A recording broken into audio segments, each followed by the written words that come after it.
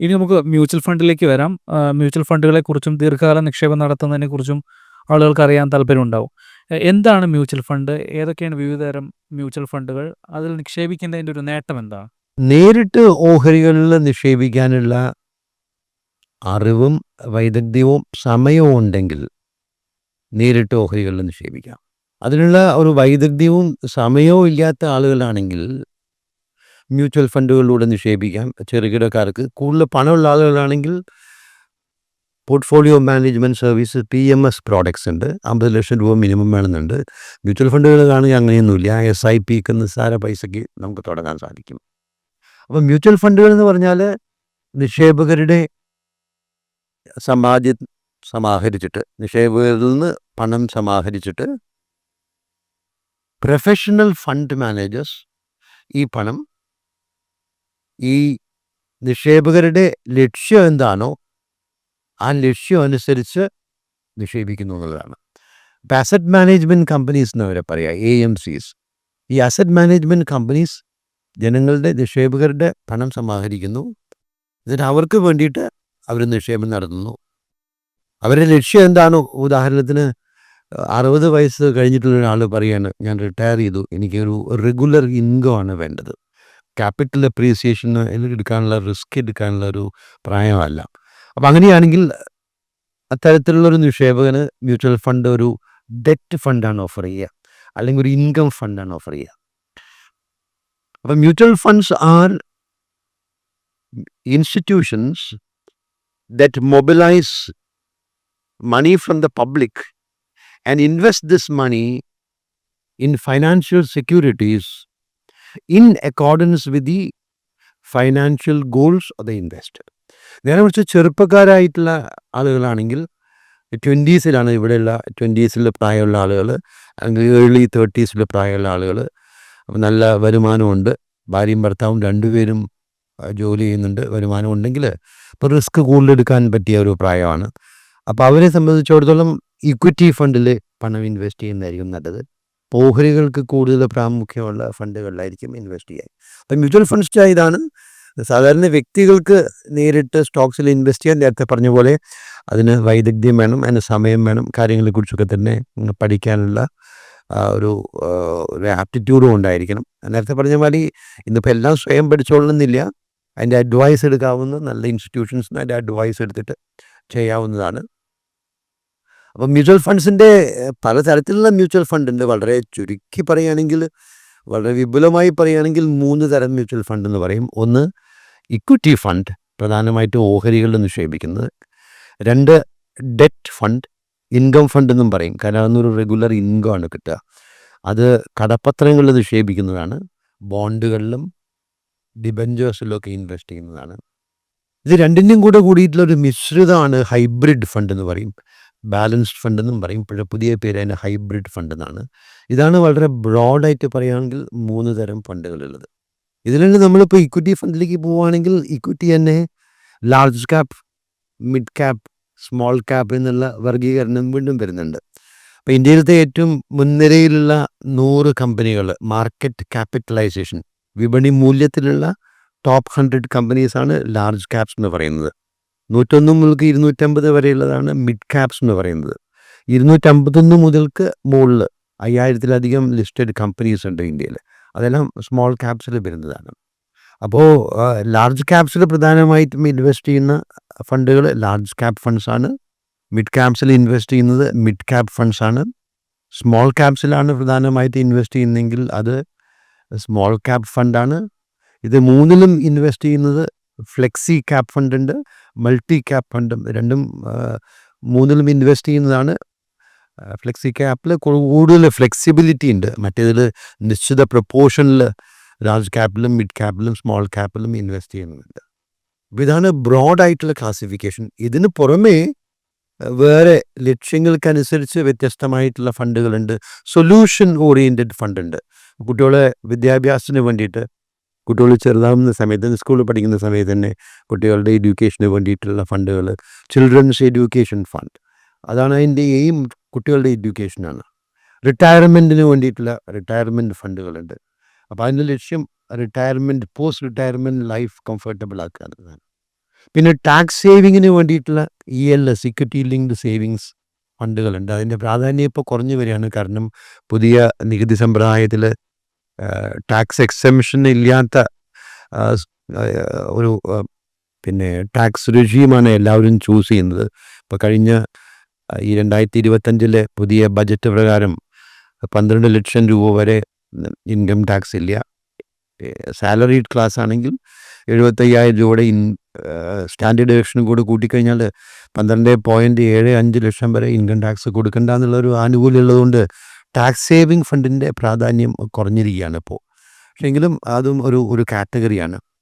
അതുകൂടാണ്ട് പിന്നെ ഞാൻ നേരത്തെ പറഞ്ഞല്ലോ, ഒരു കോൺട്രാറിയൻ ഇൻവെസ്റ്റ്മെൻറ്റ് സ്ട്രാറ്റജി, ഒഴുക്കിനെതിരെ നല്ല റിട്ടേൺസ് കിട്ടിയിട്ടുള്ളതാണ്. അങ്ങനെ കോൺട്രാറിയൻ ഫണ്ട് ഉണ്ട്, വാല്യൂ ഫണ്ടുകളുണ്ട്, അങ്ങനെ പലതരത്തിലുള്ള ഫണ്ടുകളുണ്ട്. തീമാറ്റിക് ഫണ്ടുകളുണ്ട്, ചില തീമിൽ മാത്രം, സെക്ടറിൽ മാത്രം ഇൻവെസ്റ്റ് ചെയ്യുന്നുണ്ട്. FMCG ഫണ്ട് എന്ന് പറഞ്ഞാൽ fast moving consumer goods, Hindustan Unilever, Nestle, ITC മുതലായിട്ടുള്ള FMCG സ്റ്റോക്സിൽ മാത്രം ഇൻവെസ്റ്റ് ചെയ്യുന്നത്.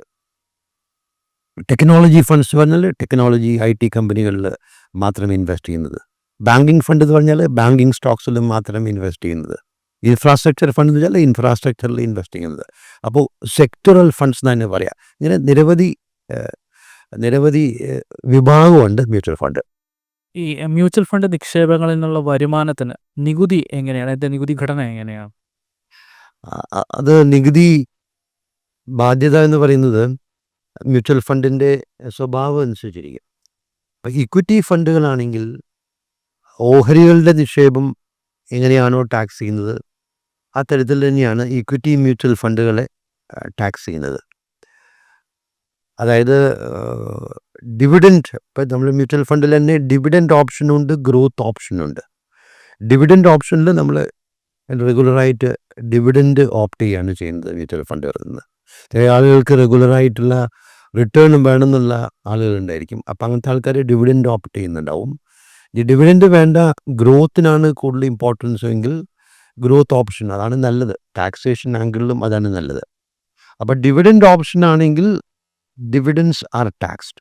അപ്പോൾ ഓഹരികളിൽ നിന്നുള്ള ഡിവിഡൻസിനെ ടാക്സ് ചെയ്യുന്ന പോലെ തന്നെ ഇക്വിറ്റി ഫണ്ടുകളിൽ നിന്നും ഹൈബ്രിഡ് ഫണ്ടുകളിൽ നിന്നും ഉള്ള ഡിവിഡൻറ്റിനെയും ടാക്സ് ചെയ്യും. That will be added to your income and taxed. പിന്നെ ഒരു കാറ്റഗറി ടാക്സേഷൻ എന്ന് പറയുന്നത് ക്യാപിറ്റൽ ഗെയിൻസാണ്. Capital gains, short term capital gains, long term capital gains, ഇങ്ങനെ രണ്ട് വിഭാഗമാണുള്ളത്. മ്യൂച്വൽ ഫണ്ടായാലും ഓഹരി ആയാലും. മ്യൂച്വൽ ഫണ്ട് ഞാൻ പറയുമ്പോൾ ഇവിടെ ഉദ്ദേശിക്കുന്നത് ഇക്വിറ്റി ഫണ്ടുകളാണ്. ഇക്വിറ്റി ഫണ്ടിനും ഹൈബ്രിഡ് ഫണ്ടിനുമാണ് ഈ ഒരു അനുകൂലമായിട്ടുള്ള ടാക്സ് ട്രീറ്റ്മെൻ്റ് ഉള്ളത്. അപ്പോൾ ഒരു ഓഹരി അല്ലെങ്കിൽ ഒരു mutual fund, equity mutual fund അല്ലെങ്കിൽ ഹൈബ്രിഡ് ഫണ്ട് വാങ്ങിയിട്ട് ഒരു വർഷത്തിൻ്റെ ഉള്ളിൽ അത് വിൽക്കുകയാണെങ്കിൽ, 365 ദിവസം കഴിയാണ്ട് ഒരു വർഷത്തിൻ്റെ ഉള്ളിൽ അത് വിൽക്കുകയാണെങ്കിൽ അതിൽ കിട്ടുന്ന ഗെയിനിനെ ഷോർട്ട് ടേം ക്യാപിറ്റൽ ഗെയിൻ എന്നാണ് പറയുക. ഷോർട്ട് ടേം ക്യാപിറ്റൽ ഗെയിനിന് 20% ടാക്സ് കൊടുക്കണം. ഒരു വർഷം കഴിഞ്ഞിട്ടാണ് ഈ ഓഹരിയോ അല്ലെങ്കിൽ ഇക്വിറ്റി മ്യൂച്വൽ ഫണ്ടോ അല്ലെങ്കിൽ ഹൈബ്രിഡ് ഫണ്ടോ വിൽക്കുന്നതെങ്കിൽ അപ്പോൾ ആ ക്യാപിറ്റൽ ഗെയിനിനെ ലോങ് ടേം ക്യാപിറ്റൽ ഗെയിൻ എന്നാണ് പറയുക. ലോങ് ടേം ക്യാപിറ്റൽ ഗെയിൻ 12% 1.25 ലക്ഷം രൂപ വരെ ഒരു വർഷത്തിലുള്ള ലോങ് ടേം ക്യാപിറ്റൽ ഗെയിനിന് ടാക്സ് ഇല്ല. ഇതൊക്കെ വളരെ സൂക്ഷിച്ച് ചെയ്യുകയാണെങ്കിൽ സമർത്ഥമായിട്ട് ചെയ്യാൻ പറ്റും. ഇപ്പോൾ ഒരു ഫാമിലിയിൽ 4 അക്കൗണ്ട് ഉണ്ടെന്ന് വിചാരിക്കുക. അച്ഛൻ്റെയും അമ്മയുടെയും 2 മക്കളുടെയും ഇവിടെ 4 അക്കൗണ്ട് ഉണ്ടെന്ന് വിചാരിക്കുക. ഈ 4 അക്കൗണ്ടിലും കൂടെ 1.25 ലക്ഷം രൂപയുടെ ലോങ് ടേം ക്യാപിറ്റൽ ഗെയിൻ എടുക്കാം, നേരത്തെ ഇൻവെസ്റ്റ് ചെയ്തിട്ടുള്ളതാണെങ്കിൽ. നേരത്തെ ഇൻവെസ്റ്റ് ചെയ്തിട്ടുള്ള ആളുകൾക്ക് എപ്പോഴും ലോങ് ടേം ക്യാപിറ്റൽ ഗെയിൻ ഉണ്ടാവും. അപ്പോൾ ഓരോ വർഷവും, ഇപ്പം ഞാൻ പറഞ്ഞ ഉദാഹരണത്തിൽ എടുക്കുകയാണെങ്കിൽ 4 അക്കൗണ്ടിലായിട്ട് 1.25 ലക്ഷം രൂപ വീതം ലോങ് ടേം ക്യാപിറ്റൽ ഗെയിൻ എടുക്കുകയാണെങ്കിൽ മൊത്തത്തിൽ ആ ഫാമിലിക്ക് 5 ലക്ഷം രൂപയുടെ ലോങ് ടേം ക്യാപിറ്റൽ ഗെയിൻ കിട്ടി, ഒരു ടാക്സ് ലയബിലിറ്റി ഇല്ല. ഇതൊക്കെ ഒരു ടാക്സ് പ്ലാനിങ് ഒന്ന് മനസ്സിൽ വെച്ചിട്ട് ആദ്യം തന്നെ ചെയ്യേണ്ടതാണ് എന്നുള്ളതാണ് അതിൻ്റെ ഒരു കാര്യം. അപ്പോൾ ഇതാണ് അതിൻ്റെ ടാക്സ്, പിന്നെ ടാക്സിൻ്റെ ഒരു ഭാഗം. ഇത് പറയച്ച കുറച്ച് കൂടുതൽ പറയാണ്ട് ഫ്യൂച്ചേഴ്സ് ആൻഡ് ഓപ്ഷൻസിൻ്റെ, സ്പെക്കുലേഷൻ്റെ ഒക്കെ തന്നെ ടാക്സേഷൻ ഡിഫറെൻ്റ് ആണ്. നമ്മൾ ജിയോജിത് സ്പോട്ട്ലൈറ്റിൽ തന്നെ ടാക്സേഷൻ്റെ മാത്രം ഒരു വീഡിയോ ചെയ്തിട്ടുണ്ട്. 10 മിനിറ്റിൽ കൂടുതലുള്ള വീഡിയോ അത് മാത്രമാണ്.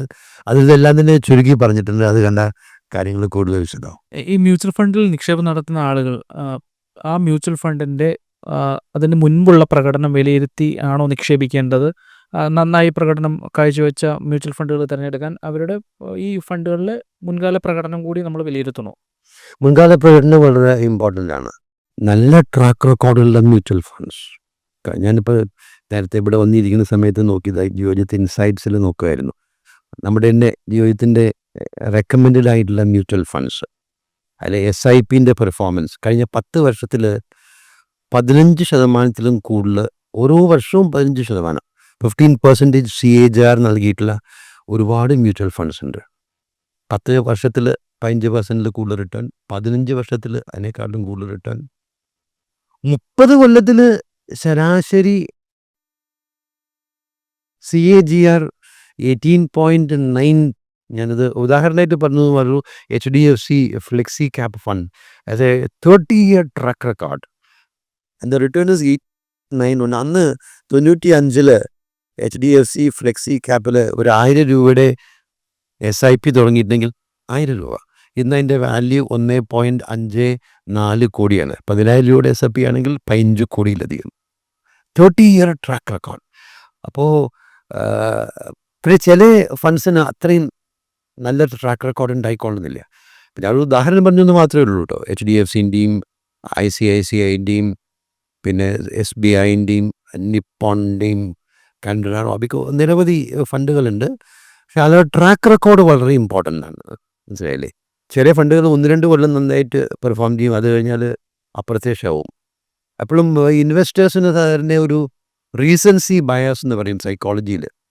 റീസൻസി ബയസ് കഴിഞ്ഞ 1 വർഷം 2 വർഷം എന്തായിരുന്നു എന്ന് മാത്രമേ അവർ നോക്കുള്ളൂ. ഒരു 5-year track record, 10-year track record നോക്കില്ല.